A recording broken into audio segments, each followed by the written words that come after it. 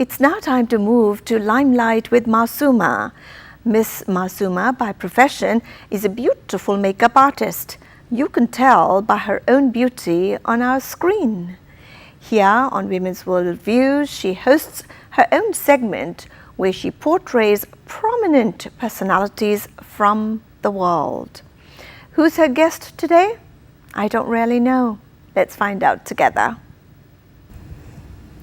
Hello everyone, good morning and welcome to Limelight with Masuma.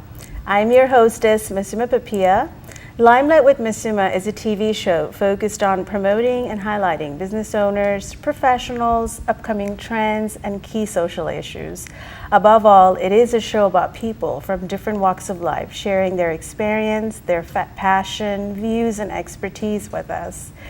This area is known for its taste in fashion, and it is being represented by a lot of talented individuals in the modeling and pageant industry. So for today's episode, I am excited to introduce someone I've gotten to know in recent times. I became very fond of her and everything she represents, and she represents a lot, trust me. The more I come to know about her, the more there is to learn. So please welcome Ms. Women District of Columbia, U.S. 2016, Amber Schrone. Amber, welcome to Limelight. Thank you so much. Thank you for having me, of course. This is so exciting. Trust me, I'm so honored. So Amber, before we start, I do want to talk about something really exciting that's happened. You went to National Miss Woman. I did. In Vegas, I believe, right? Yes, How was it? It was hot. Of course, well, it's Vegas, right? Yes. And then, I was busy constantly all week, so we didn't get to really do much sightseeing. Okay. I was in pageant prep from 6 a.m. till anywhere between 11 and 12 at night. Wow. Yes. So these are long, like the pageants are not always fun. You have to, I guess, do it's fun prep to me. work. Well, I mean, you wouldn't do it otherwise, but these are long hours then. Yes. A lot of people don't realize that, behind these pretty faces, there are a lot of hard work that goes into it. Yes. So as a makeup artist, I just, gotten to know some of these people, and that's why I just feel like it's such an interesting industry to be in.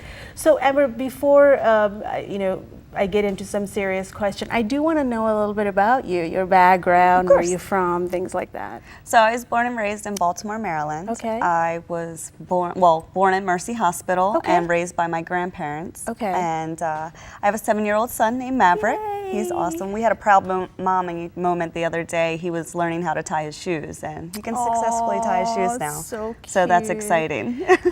If you didn't tell our viewers that you have a son 7-year-old, no one's going to believe it. You just look so, you're young, but you just don't look like a mother of 7-year-old. So that's exciting. So you're from Baltimore, but yet you can represent DC. So that is, I guess you go to different states and do that. It is doable. Well, I work right outside of DC and Bethesda, and as long as you work or live within 50 miles, you can compete in the surrounding state. Interesting. I didn't know that. That's cool. So I know that you're involved in a lot of different things. So what are some of these platforms that you represent? I know them, but for our viewers, tell us about it. Of course. I started my own platform. It's called Build the Chain. Okay. And it's where I empower women to live healthy and fulfilled lifestyles through health and fitness, recipe sharing, and basically joining each of them to each other. Like if one person represents Alzheimer's, they have somebody in their family who is autistic or has Alzheimer's. They can connect with other women who also face the same challenges. Okay, and I know being in the medical industry, you know and meet a lot of these people. I do. Have these. That's interesting. So, so part of this health thing that you do, or I should say, workout routine that you do, it's not just all workout. It's food. It's living the right lifestyle, I should say. And mental, of course. Mental. Like, I think that's where it all starts. I think a lot of us don't realize about the mental health of someone, and a lot of, and it's sometimes it's cultural. I find that we hide things. So it's so important to talk about it, and the more we talk about it, the more aware people would be about stuff like this. Right. So at what age did you decide to enter into a pageant? So when I was 14 years old, I went to a modeling audition with my grandmother. And since they were asking for money, I told her, you know, let's just wait. We didn't really have money at the time. So I moved on, and I received something in the mail from the USA system. Wow. So I started in the Miss USA system with competing for pageants. So you always wanted to do it since you were a little girl then? Yes, 14 years old. Wow. So you prepped yourself for it, I'm sure, since then. And wow, that's, you know, it's interesting. The reason I'm bringing that up, because I see there's so much discipline that goes into doing this, you know, the right smile, the right, I don't know, walk, which is the most important thing, and everything else. So I find it fascinating. I think this is really, really a fascinating place to be in. So what advice would you have for someone out there who wants to enter into a pageant industry or any kind of pageant? What are some of the key things they should consider? So I believe that, you know, you always should be yourself. And I like to talk a lot. So networking is key. Yes. You should always talk with everybody that you meet. Always try to be kind. You never know who's around and who's not. That's so true. You just don't know who you're going to meet today and then meet them again a couple of years from now. True. That is such a good advice to give, actually. And they can, it could be as early as 14 where you started. Because I know I see a lot of these toddler pageants and things like that. So it could be at any age. Just stay true to yourself, I guess. What are one thing that every woman should at least try once in their life? I want to hear this from you because you're a celebrity in the area, and so I think it'd be very important for women our age to hear from you. So a few years ago, I received my first hot stone massage. And I think that every woman should at least once try hot stone massage. It's very relaxing. It's awesome. I feel like that right now. I've never gotten it. You should try one. Really? It's great. I have never. I know I've always been kind of afraid of getting massages and things like that, and I don't know. Should I? Maybe I'll go with you once. It's very calming. Is it? Okay. All right. Hot stone massage. Okay. I didn't expect that, but okay. I'll keep that in mind. Amber, you're involved in a lot of charity, and I've seen a lot of your pictures out there doing. I think the homeless shelters. Yes. And can you tell us a little bit about that? So I do involve my son as well. I am a single mother, you know. I think it's important to give back to your community and also teach your children that. And my grandmother taught it to me, and that's what I do.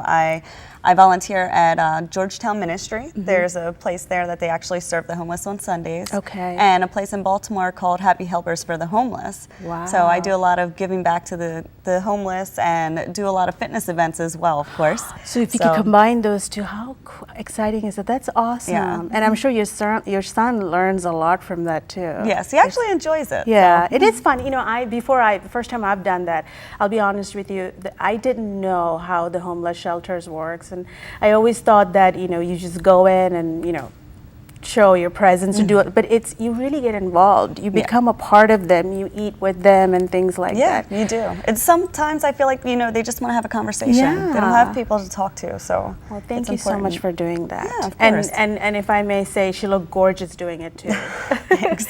So that's really cool. So what are some of your hobbies? I mean, I know you have such a busy schedule, but you must do something for fun. Well, I am a girl, so of course I love shopping. Yes. I'm always shopping.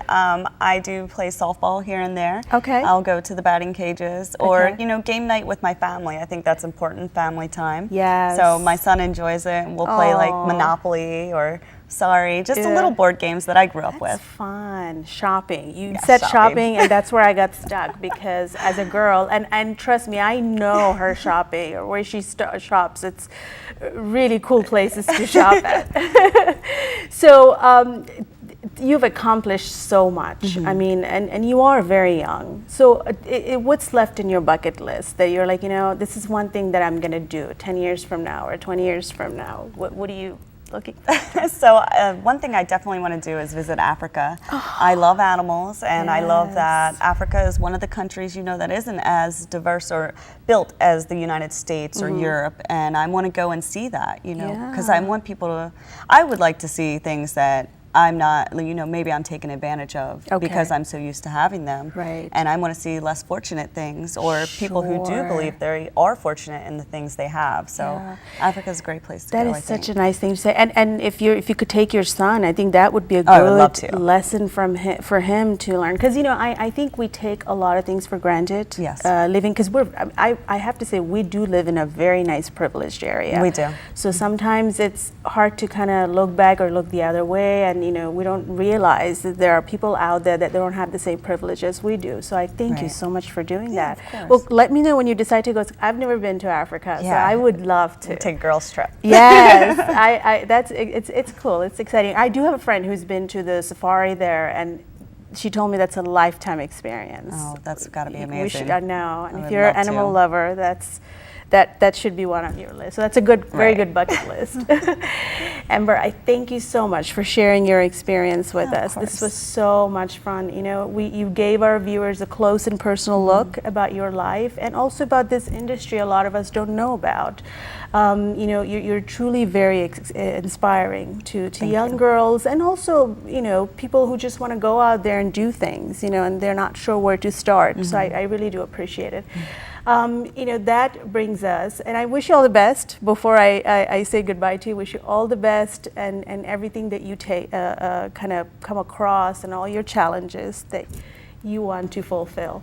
So that brings us to this end of this episode. I hope you found this segment very interesting. If you enjoyed this episode and would like to see more related topics and want to be on this show as a guest, please let me know.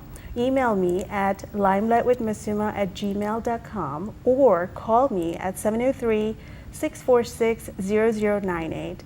So until we meet again, stay happy, stay healthy, and enjoy life. Thank you.